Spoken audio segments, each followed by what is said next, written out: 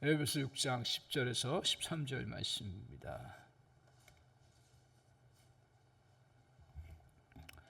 6장 10절 제가 먼저 보겠습니다.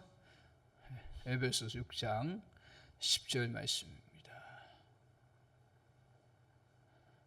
끝으로 너희가 주 안에서와 그의 힘의 능력으로 강건하여지고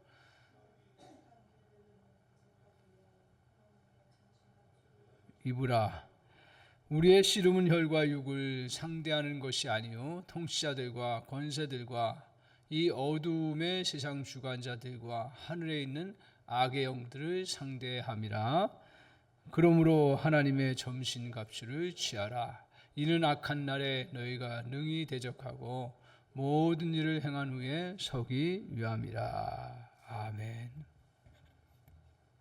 오늘부터 이제 에베소서 6장 가지고 같이 말씀을 나누려고 합니다.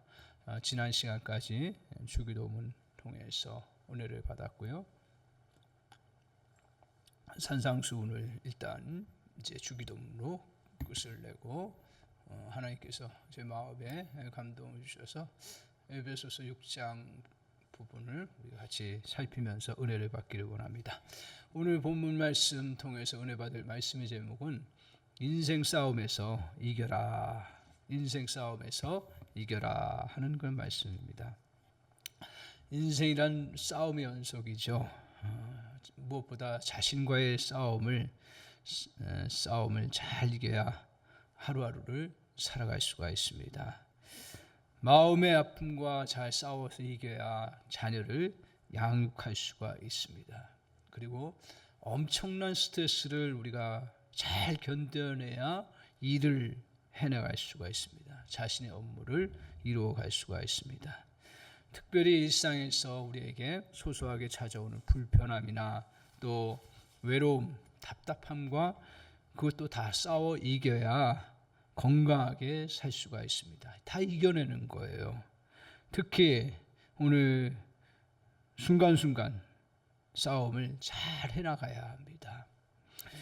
싸워 이기는 사람은 그 삶이 풍요롭고 열매가 많습니다. 하지만 싸움을 못하는 사람은 늘 패배 속에서 살아갑니다. 심지어는 우리의 목숨까지도 잃어버리는 극단적인 상황까지 가게 됩니다.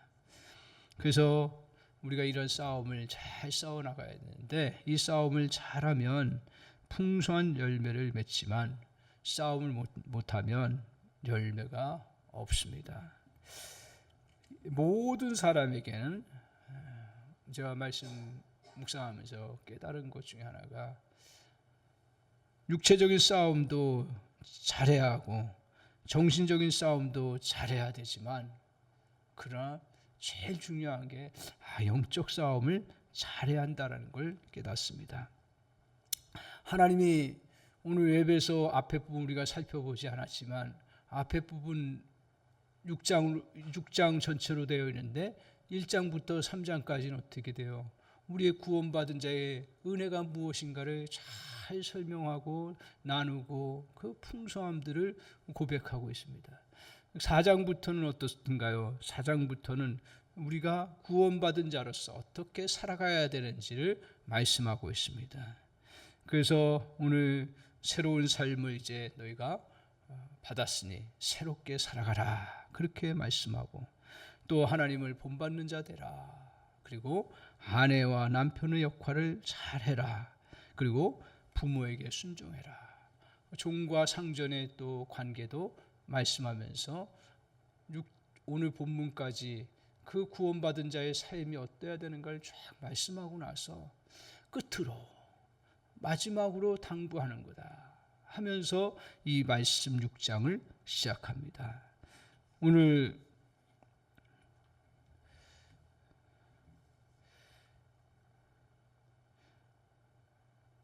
최종적으로 주시는 말씀이 영적 싸움에 대한 그런 말씀입니다.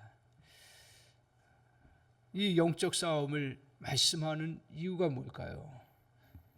끝으로라는 표현까지 쓰면서 당부하는 그런 말씀이에요. 너희가 구원받은 자로서 구원받은 삶을 살아가고 또 너희들 역할이 뭐 남편이면 남편, 아내, 또 리더면 리더, 또 종이면 종, 그리고 또 아버지면 아버지, 아들이면 아들, 이런 역할들을 잘 해나가도록 어떻게 해야 되는지를 다 말씀하고 나서 이 영적인 싸움에 대해서 이야기하는 이야기는 뭐예요? 이런 것들을 다 어떻게 해요? 해낼 수 있는 가장 중요한 토대가 바로 이 영적 싸움이라는 거죠. 믿든지 믿는 사람이든지 또 믿지 않는 사람이든지 사람에게는 영적 싸움이 있다라는 걸 깨닫습니다.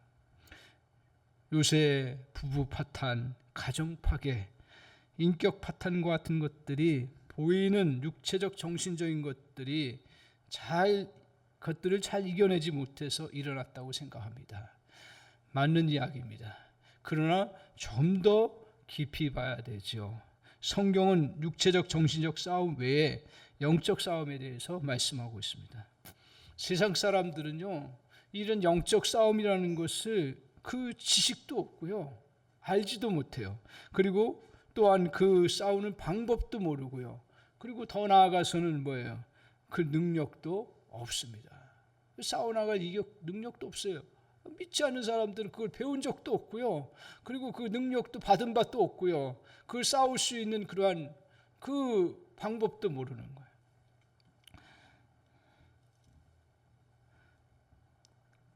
하지만 구원받은 그리스도인에게는 영적 싸움에 대한 지식을 알 뿐 아니라 또 싸우는 방법, 그리고 싸울 능력 도구들을 갖출 수가 있습니다.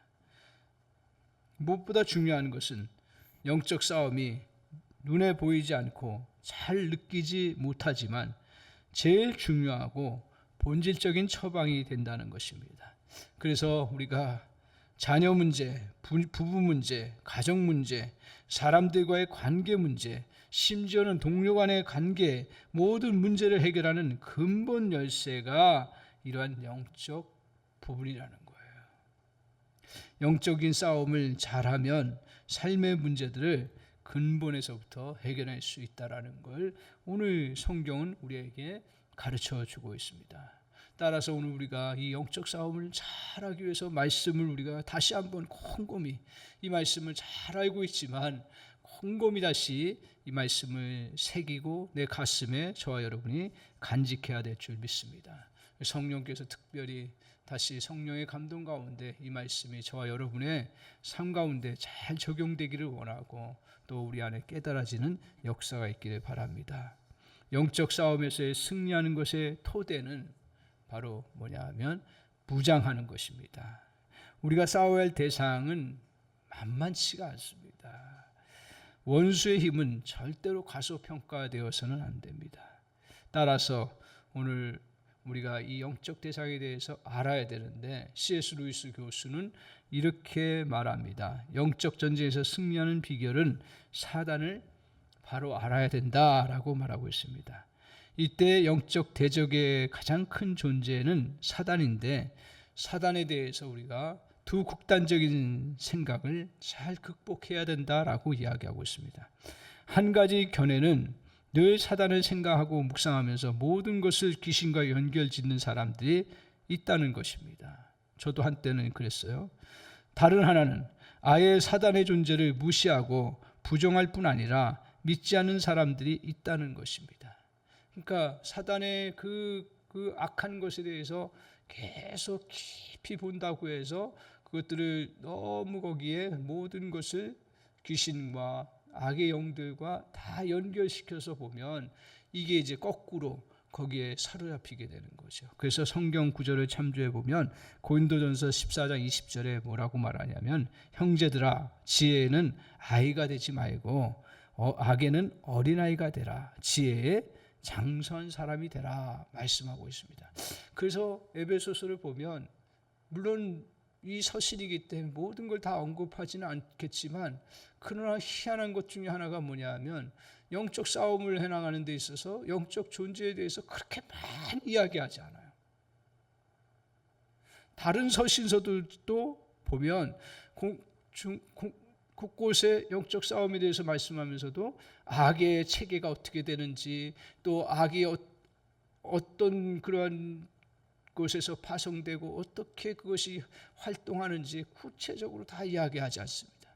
그런데 저는 이걸 보면서 신앙생활하고 느끼는 것 중에 하나가, 이것을 악에 대해서 우리가 성경에서 가르쳐준 지식 그 정도면 충분하다라는 거죠. 너무 깊이 들어가면, 여러분도 저도 겪어보지만 악에 대해서 너무 깊이 들어가 보면 같이 자기도 그 사고 멘탈이 거기에 빠져들어갑니다. 한동안 제가 몇 년 동안 한 사람의 그 범죄 같은 교회에서 일어나는 것들을 놓고 계속 기도하다 보니, 계속 그것에 대해서 찾고 계속 하다 보니, 거기에 나중에 자신도 모르는 사이에 내가 그쪽으로 가다 보니까 보는 사람마다 의심하는 거예요. 의심하는 건 매우 중요한 일들 중에 하나일 수 있습니다. 왜냐하면 우리가 속지 않고 분별해요. 근데 모든 사람을 의심하기 시작하니까 나중에는 목회가 안 되는 거예요. 사람에 대해서 구별은 해야 되는데 그것부터 앞서다 보니까 내가 거기에 빠져들어가는 것들을 보게 됩니다. 그러고 나서 하나님 앞에 기도하기를, 하나님, 너무 악에 대해서 내가 집착하지 않게 해주십시오. 악에 대해서 너무 집착하지 않게 해주십시오. 그래서 고린도전서 14장 20절 말씀 본 것처럼 악에는 뭐예요? 어린아이가 되라. 지혜에는 장성한 사람. 그러니까 지혜라는 건 뭡니까? 우리 주님의 말씀에 대해서 잘 알고, 선에 대해서 더 잘 알고, 선을 가지고 악을 이길 수 있는 은혜를 우리가 누리도록 그렇게 말씀하고 있습니다. 특별히 악한 때에 견뎌내기 위해서 무장해야 할 것들은 어떤 것입니까? 오늘 우리 시대는 저나 여러분이나 점점 악해져 가고 있습니다.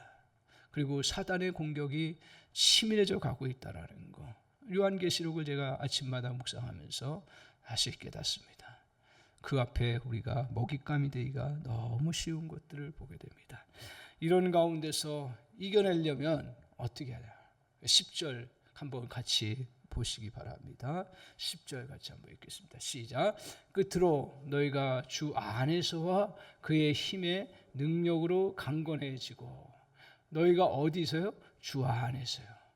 주 안에서 이것을 이겨나갈 수가 있습니다. 주 밖에서는 이겨나갈 수가 없어요. 주 안에서, 항상 주 안에서. 그리고 그 다음에 뭐예요? 그의 힘의 능력으로 강건해지고 라고 말씀하고 있습니다. 그 힘의 능력이 무엇입니까? 그 힘의 능력이 뭘까요? 우리 주님, 우리 하나님의 능력이겠죠. 그 능력들이 수없이 많습니다. 그런데 오늘 에베소 1장 20절에 보시면 이 특별히 언급하고 있는 것 중에 하나가 뭐냐 하면,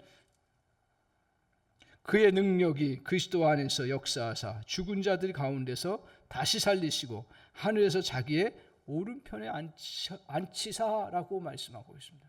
무슨 말입니까?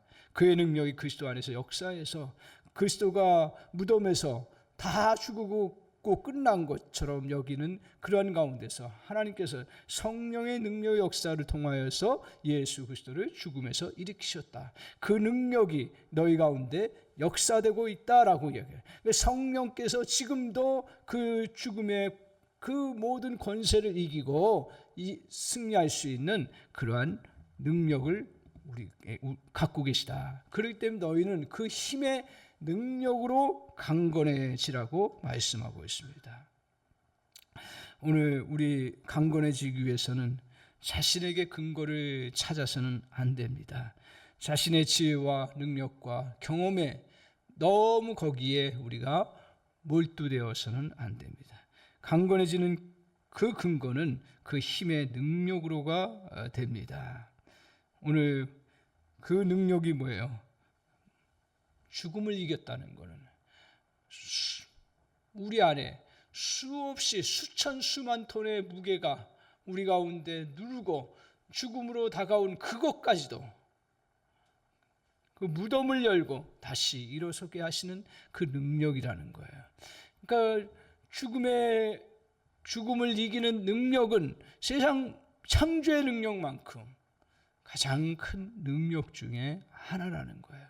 모든 것이 끝나고 모든 것이 희망이 보이지 않고 모든 것이 절망이어도 그 속에 주님의 능력은 그것을 다시 일으켜 세우신다라는 거예요. 우리가 어둠의 권세와 싸워 이겨나갈 때 이 능력 외에는 다른 능력으로 우리가 이겨나갈 수 없다라는 것입니다. 모든 절망과 패배를 가져오는 죽음을 이기신 그 능력이 주님에게 있습니다. 그렇다면 실제적으로 부활의 능력인 이 역사를 나타내기 위해서 살 수 있는 길이 무엇인가요? 이 능력을 너희가 그 안에서 강건해지라고 이야기하고 있습니다. 그렇다면 우리가 그 강건해지기 위해서는 어떻게 해야 됩니까? 우리는 생명의 능력, 성령의 능력, 그것을 계속 선택해야 되는 거예요. 순간순간 선택해 나가는 거예요. 오늘 우리가 다 죽은 그러한 토양이어도 생명의 흙을 계속 쏟아부으면 어떻습니까? 거기서 생명의 능력이 나타나고 그 수많은 무게들을 다 이겨낼 수 있는 그러한 생명의 역사가 그 속에서 일어나듯이 오늘 성령의 그 생명의 능력을 날마다 내 안에서 고백하고 그 생명의 능력을 의지하고 붙잡으면 내가 죽음의 권세에서 이겨나가는 놀라운 역사가 있습니다. 우리에게는 이 죽음에서 이기는 능력을 갖고 있어도 죽음의 언어와 생각을 선택하면 능력을 전혀 발휘하지 못합니다. 아무리 지식이 많고 제 아무리 경험이 많고 제 아무리 똑똑해도 이 생명의 능력을 받지 아니하고서는 이겨나갈 수가 없습니다. 내게 좋은 일이 일어날 리가 없어. 내 꿈은 실현될 가망이 없어. 나는 더 좋아지지 못할 거야 라고 계속 우리 안에서 고백하면 그 죽음의 언어예요.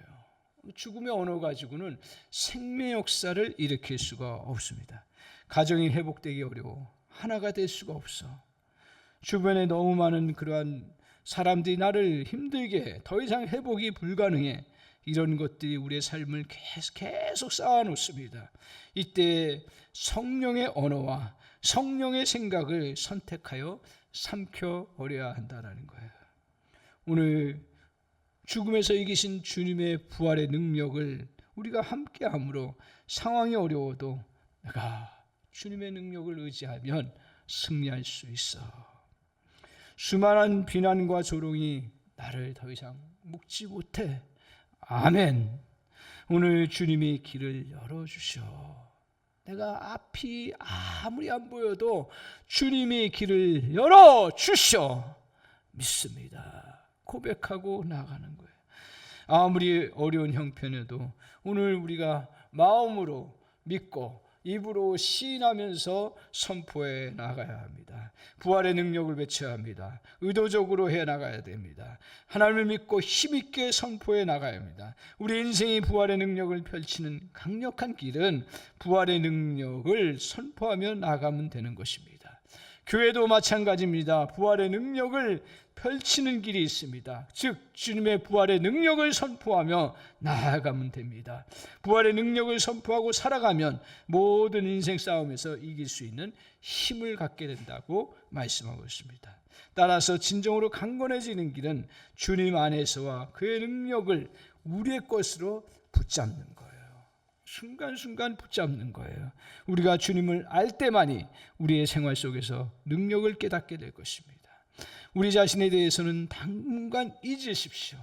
나 자신에 대해서 반성하고 살피는 시간들 필요하지만 그러나 나를 죽음의 그러한 무거운 무게 속에 나를 가두려고 할 때 나의 능력과 나의 경험과 나의 지식은 묻어두고 오직 주님을 바라보고 주님에 관한 진리를 깨닫고 주님의 성령의 능력을 날마다 정말 고백하며 붙잡고 선포하며 나아가는 그러한 믿음의 자세를 가져나가야 합니다. 그런 후에 주님의 능력을 여러분이 활용할 수 있다는 걸 우리가 깨닫기를 바랍니다. 이것이 영적 싸움에서 이길 수 있는 아주 중요한 진리 중에 진리입니다. 저와 여러분의 마음속에 이 진리를 다시 실제적으로 마음에 간직하고, 어떤 죽음의 세력들이 우리를 향해서, 사단은요 간교하기도 하지만 무섭게 몰아쳐 나갑니다. 누구도 그 공격 앞에 대적할 수 없을 정도로 그렇게 나갑니다. 그때 우리는 모든 것이 약해져 버립니다. 다 약해져 버려요. 육체적으로도 약해질 뿐 아니라 정신적으로도 약해지고, 더 나아가서는 영적으로도 약해질 수밖에 없습니다. 그런 때가 있어요.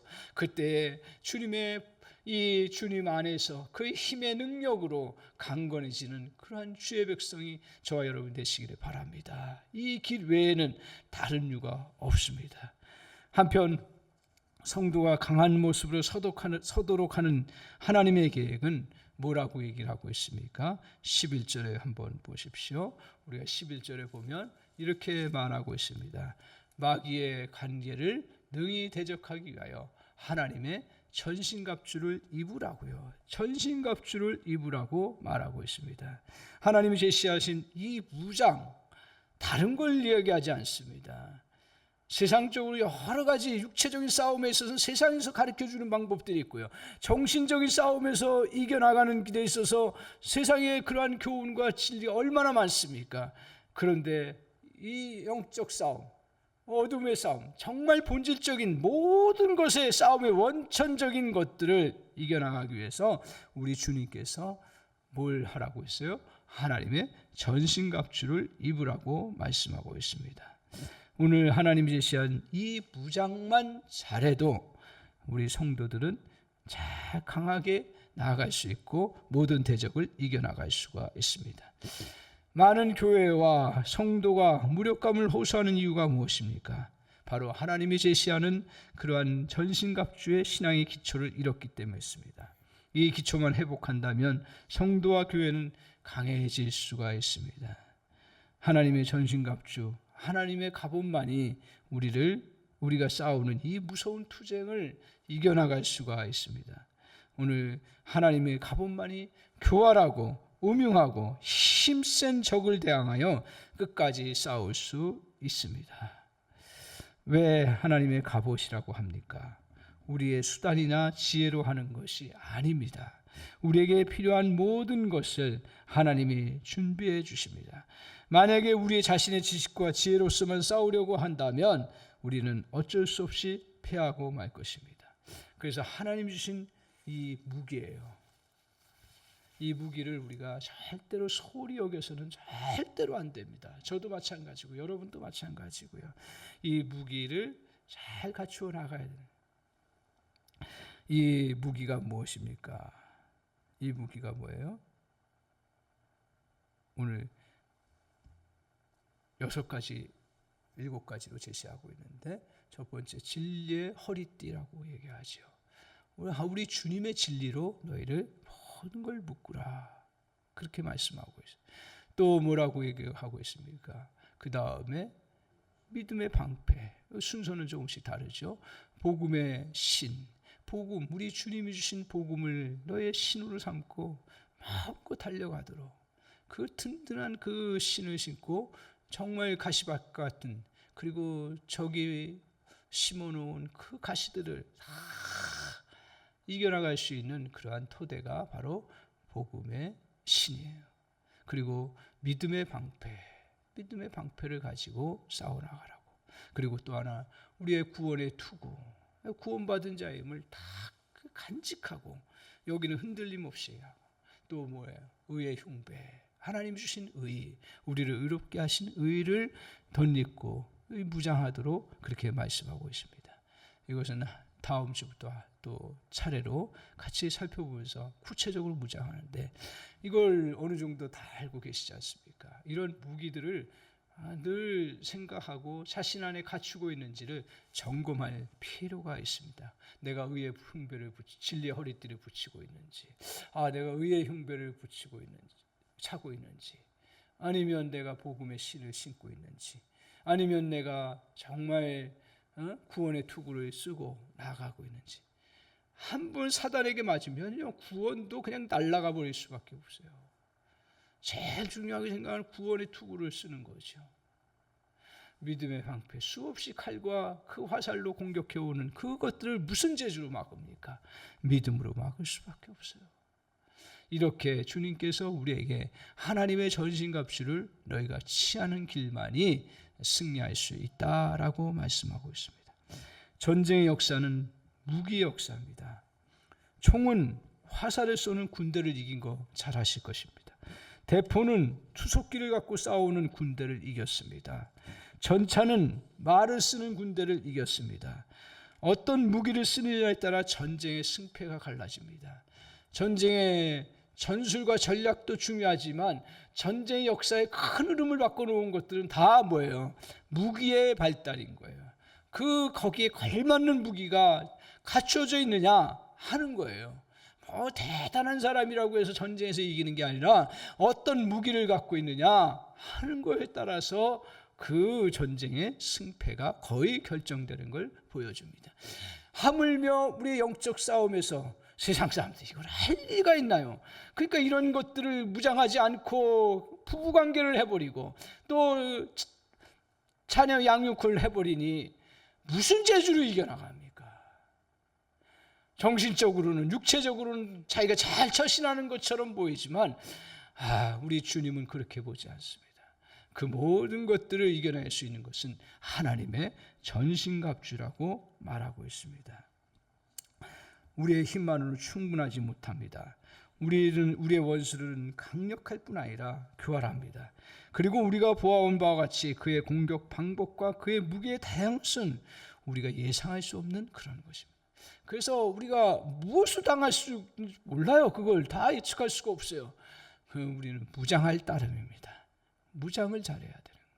그래서 많은 그리스도인들이 이런 무장을 하나 제대로 잘못함으로 치명상을 얻습니다.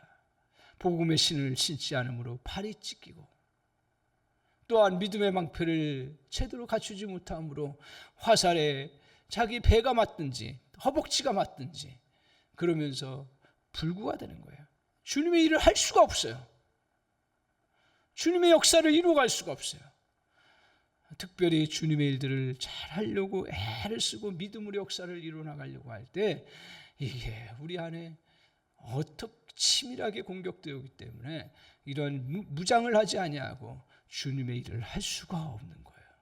왜요? 사단은 주님의 일을, 영적인 일을 하는 것들을 좋아하지 않죠. 대적인데요. 우리의 적인데요. 그 적들이 우리를 향해서 공격해 온다는 걸 소홀히 우습게 여기지 않기를 바랍니다. 매우 무섭습니다. 매우 우리를 향해서 늘 공격해 옵니다. 항상 다시 우리를 그 장비가 잘 갖춰져 있는지 점검하고 싸워나가는 그러한 믿음의 자세가 필요합니다. 그런데 기억하십시오. 이런 하나님의 전신갑주를 입으면 오히려 사단이 벌벌 떨고 우리를 공격해 오는 것들을 또 뒷걸음치는 역사도 있다는 걸 꼭 기억하십시오. 우리가 영적 싸움을 이렇게 이제 잘하기 위해서 하나님의 힘과 또 전신갑주를 입고 잘 무장해야 됩니다. 그러면서 또 한편으로 영적 싸움을 잘하기 위해서는 뭐가 필요하냐면 분별해야 합니다. 영적 싸움이 힘든 이유는 그 이유 중에 하나가 싸움에 대한 대상을 인식하기가 참 어렵다라는 거예요. 신앙생활 그렇게 많이 해도 누가 적인지 잘 몰라요. 그런데 성경은 분명히 말씀합니다. 12절 같이 한번 볼까요? 같이 한번 보겠습니다. 12절 같이 보겠습니다. 12절. 자, 시작. 우리의 씨름은 혈과 육을 상대하는 것이 아니요 통치자들과 권세들과 이 어두움의 세상 주관자들과 하늘에 있는 악의 영들을 상대함이라. 우리의 씨름, 우리의 싸움은 혈과 육을 상대하는 것이 아니라고 말하고 있습니다. 혈과 육은 뭐예요? 다른 말로 얘기하면 눈에 보이는 대상을 의미합니다. 우리의 싸움의 대상이 누굽니까? 통치자들과 권세들과 이 어두움 세상 주관자들과 하늘에 있는 악의 영들이라고 말씀하고 있습니다. 이걸 잘 기억하십시오. 아니 이거 보이지 않는데 어떻게 하냐? 그렇게 얘기해요. 그렇지만 우리의 싸움은 육체로 보이지 않는 어두운 육체의 그 싸움인데요. 보이지 않는 어두움의 세력인 사단의 그 영향과 그 영향을 받은 그러한 존재들에 의해서 우리는 공격당합니다. 우리는 이 사실을 별로 인식하지 못합니다. 아니, 인식하려고 하지를 않습니다. 우리의 싸움의 대상을 가정의 부모, 자녀, 부부 사이로 생각합니다. 또한 교회에서는 성도가 싸움의 대상이 되기도 합니다. 여기에 비극이 있습니다. 서로 사랑하기 때문에 이루어진 부부이고, 서로 사랑하기 때문에 이루어진 형제고, 서로 사랑하는 그러한 부모와 자식 간의 관계입니다. 그런데 어떻게 해요? 서로 싸움의 대상이 되기가 너무 쉽다라는 걸 보게 됩니다. 우리의 적은 누구입니까? 우리의 적은 누구입니까? 그건 사단입니다. 사단과 그의 어둠의 영들이 우리의 적인 거예요. 우리가 육신적으로 생각하다가 영적인 적을 놓치는 경우가 많습니다. 물론 우리는 육과 혈기가 있습니다. 그러나 우리에게 그러한 그 싸움의 본질적인 것들이 깊이 들어가면서 영적인 것이라는 것을 잘 분별하고 나아가야 되는 거예요. 그래서 남편이 아무리 미워도, 형제가 아무리 싫어도 우리가 타도해야 될 대상이 아니라는 거예요. 그들은 불쌍히 여겨야 할 믿음의 식구들이고, 그리고 혈육입니다. 그를 궁일히 여기고 품어주고 사랑해야 할 대상입니다. 너무 잘 알고 있습니다. 그러나 우리가 이런 것들을 제대로 잘 이루지 못합니다. 사실 우리에게 적은 남편이 아닙니다. 형제가 아닙니다. 그런데 마치 적이 배우자인 것처럼 생각하고 대할 때가 얼마나 많습니까? 우리의 적은 바로 사단입니다. 우리의 주적이 사단임을 분명히 아는 은혜가 있기를 간절히 원합니다. 우리끼리 적처럼 여겨서 진정한 적인 사단 앞에서 지리멸멸하는 실수를 범하지 않는 성도가 되기를 바랍니다. 우리의 싸움은 세상에 보이는 싸움이 아닙니다. 보이지 않는 영적 싸움입니다. 우리가 영적 싸움을 싸울 수밖에 없는 이유가 무엇입니까? 그것은 요한복음 15장 19절, 너희가 세상에 속하였으면 세상이 자기 것을 사랑할 터이나 너희가 세상에 속하지 자가 아니요 도리어 세상에서 나의 택정함을 입은 자인 고로 세상이 너희를 미워한다. 여기서 세상은 대표적인 게 뭐예요? 어둠의 세력인 거죠. 우리를 미워한다 그랬어요. 미워하게 만들어요. 자꾸 미워하게 만들어요. 어둠의 세력은 자꾸 미워하게 만들어요. 객관적으로 보는 거 좋고요. 그리고 또 우리가 육체적으로 정신적으로 문제되는 거 살피는 거 너무너무 중요합니다. 그런데 결과적으로 어떻습니까? 우리는 이런 어둠의 세력에 같이 미움이 같이 들어와서 같이 영향을 받을 때가 얼마나 많은지 모릅니다. 마귀는 어떻게든 하나님의 자녀를 넘어뜨리거나 실족하기 위해서 교묘하게 공격해 오기 때문에 그렇습니다. 세상 사람들은 이걸 몰라요. 전혀 몰라요. 알 수도 없고요. 알아도 대책을 세울 수가 없고요. 그리고 대책을 세워도 이길 능력이 없습니다. 그런데 우리에게 주신 놀라운 축복 중에 하나예요. 보면서 놀라운 축복 중에 하나예요. 이 축복을 저 여러분이 잘 간직하고 이것들을 가지고 우리가 무장하고 잘 해나갈 때 그 모든 관계성들을 회복하고 또 미움을 물리치고 이겨나갈 수 있는 놀라운 역사가 이루어진다는 사실입니다. 사랑하는 성도 여러분, 원수 사단은 우리를 향해서 믿음을 실족시키고 좌절시키고 하나님의 백성답게 살지 못하도록 수없이 위협적으로 공격해 옵니다. 이때 죽음에서 이기신 주님의 능력, 모든 원수인 사단을 십자가에서 완전히 물리치신 그 능력을 저와 여러분이 꼭 붙잡으시기 바랍니다. 그래서 늘 주님 앞에 깨어 있어야 되는 거고, 주님 앞에 기도하고 또 바라보면서 그것을 믿음으로 간직해야 합니다. 그리고 하나님의 전신갑주를 입고 싸움의 대상이 보이는 육이 아니라 어둠의 권세인 사단임을 밝히 다시 깨닫고 싸워나갈 때 반드시 승리를 이룰 줄 믿습니다. 그래서 13절 한번 보십시오. 이 말씀이 저에게 또 다시 다가오는 거예요. 13절 같이 한번 보겠습니다. 13절 시작. 그러므로 하나님의 전신갑주를 취하라. 이는 악한 날에 너희가 능히 대적하고 모든 일을 행한 후에 서기 위함이라. 세상은 점점 악해져 가고 있습니다. 거기 여러분과 저도 예는 아닌 거예요. 점점 악해져 가고 있어요. 너희가 그 악한 날에 능히 대적하고 이기기 위해서는 모든 일을 행한 후에 서도록 하기 위함이 바로 이렇게 우리에게 주님께서 뭐라고 말씀하셨어요? 그의 힘의 능력으로 강건해져라. 아니 군인이 힘이 없어지면 군인 아니어도 모든 사람이 힘이 없어지면 싸울 수가 없는 거죠. 우리 주님의 그 죽음을 이기신 부활의 능력이 저와 여러분에게 있습니다. 그걸 꼭 붙잡으시기 바랍니다. 다른 이유로 우리가 세상을 이겨나갈 수가 없습니다. 어둠을 이겨나갈 수가 없습니다. 성령이 우리 가운데 날마다 생명의 능력을 저와 여러분에게 부어주시는 줄 믿습니다. 그걸 붙잡고 주님 앞에 고백하며 나아가는 저와 여러분 되시기를 바랍니다.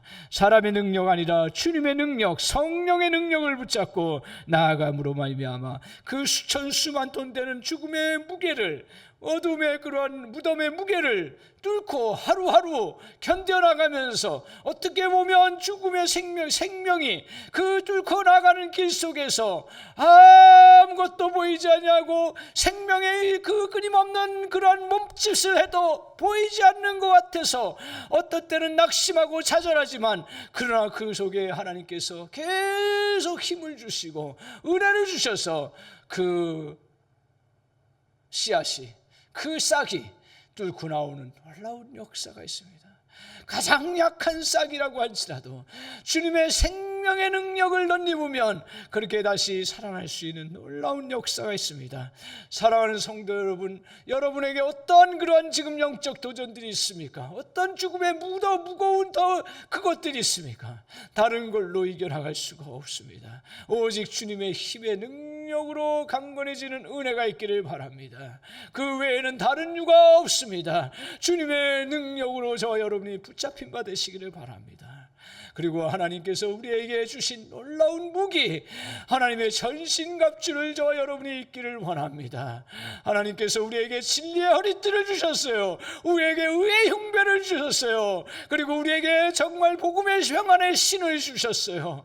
그리고 우리에게 하나님 정말 믿음의 방패를 주셨어요. 구원의 투구를 주셨어요. 그리고 말씀의 검, 성령의 검, 말씀으로 물리치는 그런 놀라운 검을 주셨어요. 이 은혜를 우리가 붙잡고 전신갑주를 취하면서 저와 여러분이 이 약한 날에 모든 싸움을 싸워나가는 그런 놀라운 은혜가 있기를 바랍니다. 그래서 정말 이 약한 날에 너희가 모든 것을 대적하고 모든 일을 행한 후에 서기 위함이라. 우리에게 하나님께서 사단의 먹잇감이 되지 아니하고 정말 우리 주님이 무덤에서 승리하신 것처럼 저와 여러분에도 하나님 오늘도 그 죽음의 무덤과 같은 그 큰 무거운 것들을 다 이겨나갈 수 있는 놀라운 능력의 역사가 저와 여러분에게 이루어지는 줄 믿습니다. 다시 믿음으로 굳건하게 서시기 바랍니다. 다시 약한 날에 정말 주님의 그 하나님의 그 힘을 덧입고 전신갑주를 입고 다시 그 능한 그 모든 것을 능히 이겨내고 그리고 우리가 모든 일을 행한 후에 서는 그러한 저와 여러분 되시기를 주님의 이름으로 간절히 축원합니다.